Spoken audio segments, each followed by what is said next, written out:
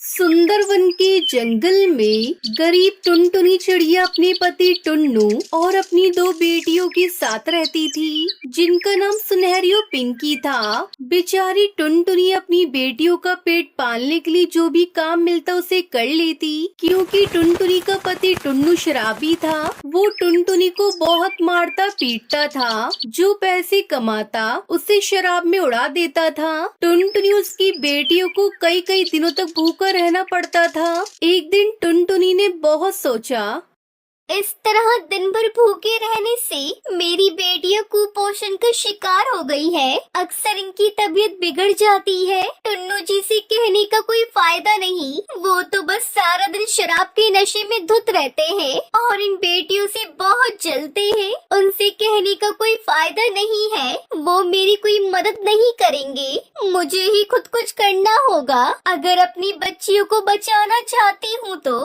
क्यों न मैं अपने घर के पास मोमोज का ठेला लगा लूं। इस मोमोज के काम में लागत भी बहुत कम लगती है और मुझे बहुत अच्छे मोमोज बनाने आते हैं। हाँ, मैं यही करूँगी। इस तरह मैं अपनी बेटियों की देखभाल भी कर सकती हूँ। उन्हें छोड़कर मुझे कहीं जाना भी नहीं पड़ेगा।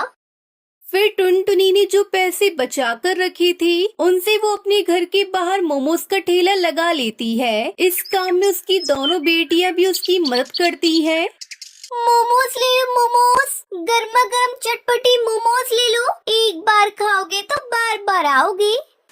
टुनटुनी की आवाज सुनकर जंगल के पक्षी और बच्चे उसके मोमोज खाने आते हैं और उसके मोमोज खाकर उसकी खूब तारीफ करते हैं। टुनटुनी के मोमोज बेचकर बहुत अच्छी कमाई हो रही थी। एक दिन जब टुनटुनी घर में मोमोज बना रही थी, तभी उसका पति है और उसके मोमोज खाकर उसकी खूब तारीफ करते हैं। टुनटुनी के मोमोज बेचकर बहुत अच्छी कमाई हो रही थी। एक दिन जब टुनटुनी घर में मोमोज बना रही थी, तभी उसका पति टुन्नू चिड़ा वहाँ आता है। अरे टुनटुनी, मेरे कुछ दोस्त आने वाले हैं, तुम उनके लिए मोमोज लेकर आओ। उन्हें तुम्हारे हाथ के बने मोमोज बहुत पसंद हैं। ये सुनकर टुनटुनी गुस्से में कहती है, टुन्नू जी, ये मोमोज मैंने आपके और आपकी शराबी दोस्तों के खाने के लिए नहीं बनाए हैं। मैंने इसे आपके लिए नहीं बनाया। ये मोमोज मैंने जंगल के पक्षियों को बेचने के लिए बनाए हैं, ताकि उन पैसों से मैं अपनी बच्चियों का भविष्य संवार सकूं। आपको तो कोई और काम ही नहीं है, बस सारा दिन शराब पीना और मुफ्त की रोटी तोड़ने के अलावा। टुनटुनी की ये बात सुनकर टुन्नू चिड़ा गुस्से से आग बबूला हो जाता है। हरामखोर, तेरी ज्यादा जुबान चलने लगी है। तू ज्यादा जुबान चला रही है। आजकल बहुत दिन हो गए तेरी पिटाई किए हुए, लगता है तू अपनी औकात भूल गई है। थोड़े से मोमोज बेचकर पैसे क्या कमा लिए। तू तो अपने आप को महारानी समझ रही है। अभी तेरे पर काटता हूँ, ऐसा लगता है जैसे तेरी पिटाई करनी जरूरी हो गई है। इतना कहकर टुन्नू चिड़ा टुनटुनी को बुरी तरह पीटने लगा। टुनटुनी को पीटता देख उसकी दोनों बेटियां सुनहरी और पिंकी अपनी माँ को बचाने के लिए आई।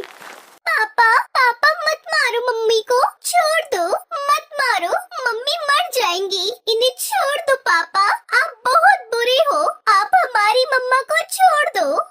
चल हट जा यहाँ से। बड़ी आई अपनी माँ को बचाने। मैं आज इसे मार मार कर मार डालूंगा। इसकी जुबान बहुत चल रही है आजकल, बस और नहीं। और तुम दोनों यहाँ से हट जाओ, वरना तुम दोनों को भी जिंदा नहीं छोड़ूंगा। टुन्नू टुनटुनी को जोर का धक्का देता है, लेकिन तभी उसकी बेटी सुनहरी चिड़िया का पैर फिसलता है और उसका सर दीवार से टकरा गया और खून निकलने लगा। ये देखकर टुन्नू टुनटुनी को पीटना छोड़कर घर के बाहर जाकर बैठ गया। टुनटुनी अपनी बेटी को देखती है। सुनहरी, अरे सुनहरी बेटा, आंखें खोल, तुझे क्या हो गया? लेकिन सुनहरी चिड़िया तो आंखें नहीं खोलती। उसके सर से खून बह रहा था। पास बैठी पिंकी बेटी भी डर के मारे रो रही थी। सुनो जी, सुनहरी को बहुत जोर की चोट लगी है, वो बेहोश हो गई है। उसे लेकर अस्पताल चलो। मर जाने दे उस मनहूस को। इन मनहूसों ने मेरा जीना हराम कर रखा है। एक तो भला टलेगी। ये कहकर टुन्नू वहाँ से चला जाता है। अकेली टुनटुनी अपनी बेटी को लेकर डॉक्टर बुलबुल के पास जाती है। अरे बाप रे, ये तो बहुत गहरा जख्म है। खैर, मैं मरहम पट्टी कर देती हूँ। ये कुछ दवाइयाँ लिख दी है, इन्हें लेकर आओ।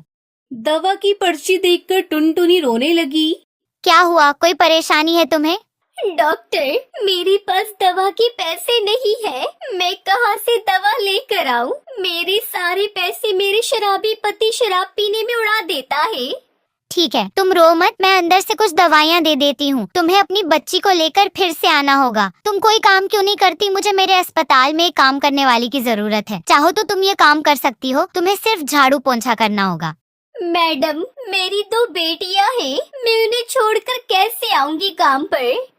तो ठीक है, तुम घर पर ही कोई दूसरा काम कर लो। तुम्हारी मदद मैं कर दूंगी। मैडम जी, मैं अपने घर के पास मोमोज का ठेला लगाती हूँ, पर कोई फायदा नहीं। जो भी कमाती हूँ मेरा पति उसे उठाकर शराब में उड़ा देता है। टुनटुनी की दुख भरी कहानी सुनकर डॉक्टर बुलबुल रोने लगी। मैडम, मेरी कहानी सुनकर आप क्यों रोने लगी? टुनटुनी, तुम्हारी कहानी बिल्कुल मेरी माँ की तरह है। मेरा पिता भी शराबी थे। मेरी भी 3 बहनें हैं। पिता से तंग आकर मेरी माँ ने उन्हें छोड़ दिया और हमें पढ़ा लिखा कर इस मुकाम तक पहुँचाया। टुनटुनी, तुम मेरी बात मानो, अपने पति को छोड़ दो और अपनी बेटियों को लेकर मेरे पास आओ। यहाँ अस्पताल में ही मैं तुम्हें रहने की जगह दे दूंगी और अस्पताल के बाहर तुम अपना मोमोज का ठेला लगाना। यहाँ पास में ही एक स्कूल है, उसमें तुम्हारी बेटियाँ पढ़ें। इस तरह तुम अपनी बेटियों की देखभाल भी कर सकती हो और अपने मोमोज भी बेच सकती हो। टुनटुनी को डॉक्टर की बातें अच्छी लगी। वो घर गई और अपनी दोनों बेटियों को अपने साथ लेकर आई और अगले दिन से अस्पताल के बाहर मोमोज का ठेला लगाकर बेचने लगी। मोमोज ले लो, मोमोज, सस्ते मोमोज ले लो, गर्मा गर्म स्वादिष्ट मोमोज ले लो। एक बार खाओगे तो बार बार आओगे। टुनटुनी के हाथों के बने मोमोज खाने के लिए पक्षियों की भीड़ लगने लगी। इस तरह टुनटुनी हंसी खुशी मोमोज बेचकर अपनी दोनों बेटियों के साथ रहने लगी।